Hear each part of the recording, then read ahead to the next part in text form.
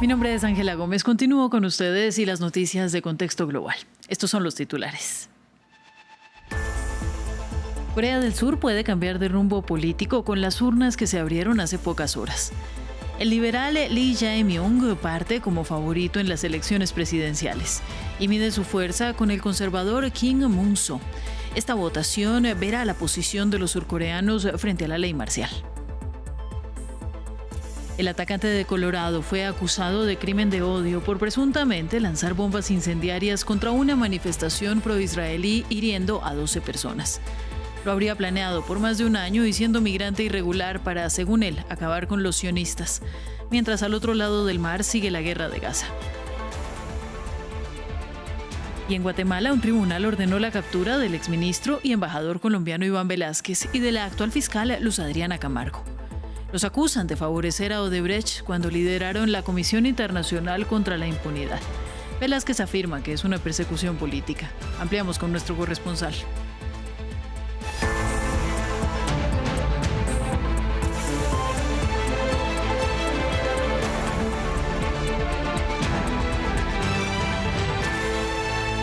Vamos a iniciar en Corea del Sur. Avanzan a esta hora las elecciones presidenciales. Un proceso que culmina por la vía política la crisis desatada en diciembre pasado, cuando el exmandatario Yoon Suk-yeol decretó la ley marcial alegando una amenaza norcoreana en el país, antes de ser destituido por el Parlamento. Precisamente este acontecimiento polarizador ha marcado la campaña para estos comicios anticipados. Les presentamos a continuación a los principales candidatos a liderar el gobierno desde Seúl. Corea del Sur vota por el sucesor de Yoon Suk-yeol. Así busca apaciguar el convulso clima político desatado luego de que el mandatario destituido impusiera temporalmente la ley marcial. Las encuestas indican que el liberal Lee Jae-myung del Partido Demócrata sacará ventaja en la elección del martes. Aunque hemos llevado a juicio al cabecilla de la insurrección, Yoon Suk-yeol, y lo hemos destituido, el segundo y el tercer intento de insurrección continúan por parte de remanentes rebeldes que hacen caso omiso de la Constitución. Pero una cosa es segura, su insurrección no puede triunfar. Analistas afirman que la negativa del candidato conservador Kim Moon-so a criticar a Yoon lo complica. Este además centra sus críticas contra el favorito. Solo porque tienen más escaños en la Asamblea Nacional, con más de 190 escaños, están intentando modificar la ley de elección de cargos públicos para eliminar el delito de difusión de información falsa. ¿Le parece lógico? Esto es básicamente como si un ladrón dijera: voy a deshacerme de todas las comisarías. ¿Qué crees que le pasará al país si alguien así llega a presidente? Otros 4 políticos aspiran a la presidencia. Lee Jun-seok, también conservador del pequeño partido Nueva Reforma, quien no quiso unir su candidatura con Kim. Espero que el próximo líder no sea corrupto como los anteriores. Me pregunté si solo intentan conectar con nosotros los jóvenes durante la temporada electoral para promocionarse. La división interna sobre la acción de Yoon, la política de American First de Donald Trump y el avance del programa nuclear de Corea del Norte son algunos de los desafíos futuros. Más de 10 millones ya votaron de manera anticipada de cara a las elecciones del martes. El ganador jurará el miércoles sin el típico periodo de transición de 2 meses. Seguimos. La división de poder entre progresistas y ultraderechistas continúa en Polonia. El conservador Partido Ley y Justicia ganó la presidencia con su candidato Karol Nawrocki y fue una derrota para el primer ministro polaco y proeuropeo Donald Tusk. Por ello anunció que convocará un voto de confianza en el Parlamento para intentar reivindicar el respaldo político. Aquí les contamos más. Es un voto contra su gobierno. Tras reconocer la elección popular, el primer ministro polaco Donald Tusk advirtió de que se avecinan tiempos difíciles.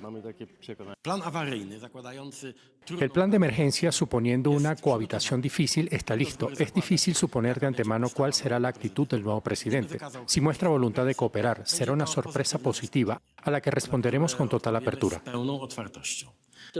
Tusk anunció que pedirá al Parlamento un voto de confianza para su gobierno de coalición, después de que su aliado perdiera la segunda vuelta. Rafał Trzaskowski fue derrotado por menos del 2%, después de que Karol Nawrocki obtuviera el 50,89% de los votos. En los 2 últimos años, Donald Tusk ha intentado aumentar la influencia de Varsovia en la Unión Europea, pero algunos temen que Nawrocki intente romper ese vínculo. Son muy malas noticias para la Unión Europea y para los principales socios europeos de Polonia, tanto Alemania y Francia como Ucrania. El señor Karol Nawrocki es bien conocido por su postura euroescéptica. Se opone a profundizar en la integración europea y la cooperación europea. Al decidirse la victoria de Nawrocki por un margen tan estrecho, hay una notable división entre los votantes polacos. Polonia está dividida y probablemente siempre lo estará, pero me parece que hay más patriotas en nuestro país que gente que quiere renunciar a Polonia. Estoy descontento con los resultados, pero creo que la popularidad de la derecha está creciendo debido a algunos de los círculos izquierdistas más radicales, lo que puede hacer que la izquierda parezca menos atractiva para la gente. La función presidencial es en gran medida ceremonial, pero tiene poder de veto sobre los proyectos de ley presentados por el gobierno. Y Nawrocki ha dejado claro que piensa utilizarlos. En información de la guerra en la Franja de Gaza, según el Ministerio de Salud gazatí, disparos israelíes mataron al menos a 3 palestinos e hirieron a decenas más en un nuevo ataque cerca de uno de los criticados centros de distribución gestionados por la Fundación Humanitaria conformada por Estados Unidos e Israel. Este nuevo ataque armado se registra después de que el domingo se conoció que al menos 31 personas murieron y decenas resultaron heridas cerca del mismo sitio. Así, pese a la supuesta flexibilización del bloqueo israelí, la recepción de ayuda se convirtió en otro riesgo para la vida de los sobrevivientes a 20 meses de guerra y con más de 54.000 asesinatos. El Ministerio de Salud de Gaza afirmó que los ataques mataron a 51 personas e hirieron a otras 500 en las últimas 24 horas. El portavoz de la ONU, Stefan Dujarric, recordó que Israel tenía la obligación legal de permitir la ayuda sin trabas. El secretario general condena los asesinatos y lesiones de palestinos que buscaban ayuda en Gaza. Es inaceptable que los palestinos arriesguen sus vidas por alimentos. El secretario general pide que se lleve a cabo una investigación inmediata e independiente de estos hechos y que los autores rindan cuentas de sus actos. Israel tiene una obligación clara en virtud del derecho internacional humanitario de aceptar y facilitar la ayuda humanitaria, la entrada sin trabas de asistencia a gran escala para satisfacer las enormes necesidades de la población de Gaza. Debe restablecerse de inmediato. Vamos a Estados Unidos. Se conocen nuevos detalles del ataque con bombas Molotov en Colorado del sospechoso Mohammed Sabri Soliman, quien compareció este lunes en el tribunal. Los fiscales estatales y federales lo acusan de intento de asesinato, agresión y un crimen de odio. Los documentos judiciales señalan que habría preparado el golpe durante un año o más. Además, el sospechoso afirmó que quería matar a todos los sionistas. Su ataque fue contra una manifestación que pedía la liberación de los rehenes que siguen secuestrados por Hamás en la Franja de Gaza. Andrés Mesa Muñoz nos cuenta. Mohammed Soliman llevaba un año planeando este ataque, según dijeron las autoridades. El sujeto de 45 años fue acusado de la comisión de un delito de odio después de lanzar dispositivos incendiarios contra una multitud que se reunía en Boulder, Colorado, para exigir la liberación de los rehenes en Gaza. Cuando lo entrevistamos sobre el ataque, dijo que quería que todos murieran. No se arrepentía y que lo volvería a hacer. Dijo que ya había intentado comprar un arma de fuego, pero recurrió a los cócteles Molotov al no poder adquirirla por no ser un ciudadano legal. Soliman, de origen egipcio, había ingresado a Estados Unidos en agosto de 2022 y obtuvo un permiso de trabajo que venció en febrero de 2023, según el Departamento de Seguridad Nacional. El caso llevó al presidente Donald Trump a justificar una vez más su política migratoria. Él entró al país gracias a la ridícula política de fronteras abiertas de Biden, que ha dañado gravemente a nuestro país. Debe irse bajo la política Trump. Los actos de terrorismo serán perseguidos con todo el rigor de la ley. Este es otro ejemplo de por qué debemos mantener nuestras fronteras seguras y deportar a los radicales ilegales y antiestadounidenses de nuestra patria. La oficina del secretario general de la ONU también se pronunció sobre el hecho.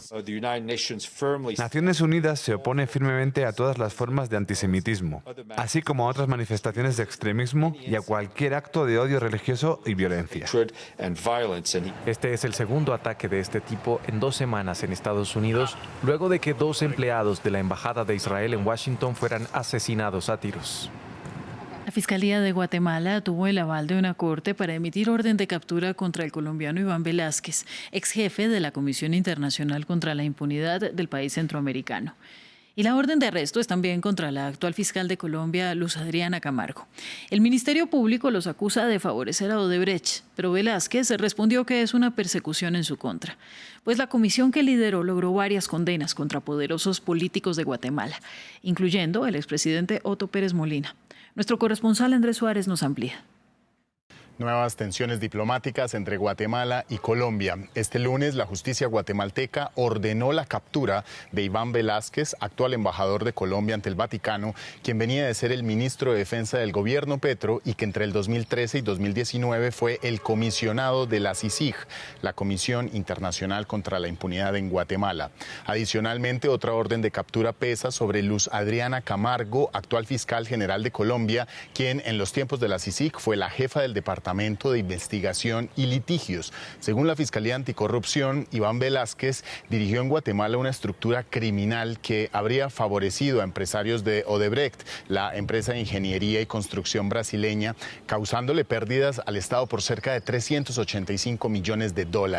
Entre los delitos por los que se les acusa están los de asociación ilícita, obstrucción de la justicia, tráfico de influencias y colusión en el caso Odebrecht. La orden de captura se emitió a pedido de la Fiscalía Anticorrupción de Guatemala, comandada por Rafael Curruchiche, un fiscal sancionado en más de 40 países del mundo por favorecer a los corruptos. Según Curruchiche, la difusión de esta alerta ya se le hizo a la Interpol para que tanto Velázquez como Camargo sean capturados en cualquier país del mundo. Y no cesan las manifestaciones políticas en Bolivia. Este lunes se repitieron las protestas que se han dado desde la semana pasada, protagonizadas por quienes respaldan al expresidente Evo Morales. De un lado, ellos exigen la renuncia del actual mandatario Luis Arce y por otro lado le piden al organismo electoral que acepte la candidatura de Morales a la presidencia, a pesar de que el máximo tribunal del país la declaró inconstitucional. Las protestas de hoy se concentraron en la Plaza Murillo en La Paz, donde están la Casa de Gobierno y la Asamblea Legislativa. En tanto, la Corte Suprema de Brasil anunció este lunes que a partir del próximo 9 de junio comenzará a interrogar al expresidente Jair Bolsonaro y a otros acusados por la presunta conspiración golpista contra el gobierno de Luis Inácio Lula da Silva. Las acusaciones son por los delitos de abolición violenta del Estado Democrático, golpe de Estado, asociación criminal armada, daño calificado y destrucción de patrimonio, que en conjunto pueden suponer condenas de hasta 40 años de cárcel.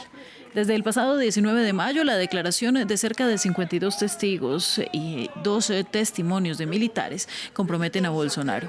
Según la acusación, la conspiración comenzó tras los comicios de octubre de 2022 y tenía como fin impedir la investidura de Lula, lo que llevó a la toma de Brasilia el 8 de enero del 2023. Así finalizamos este bloque noticioso, pero quédese con nosotros, ya vienen Reporteros.